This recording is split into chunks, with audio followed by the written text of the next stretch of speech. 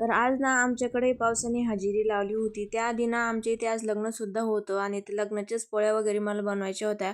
आणि गावाकडं असंच असतं, जर का कोणाचा काही कार्यक्रम असो तेव्हा म्हणजे पीठ घरी आणायचं आणि घरून स्वयंपाक वगैरे बनवून द्यायचा. तर तेच बनवलं आणि त्यानंतर दुपारच्या वेळेस ना आमच्याकडं असं काहीसं वातावरण झालं होतं. म्हणजे वादळसुद्धा आलं होतं आणि पाऊससुद्धा चालू झाला होता. परत मला मेकअपला पण जायचं होतं आज.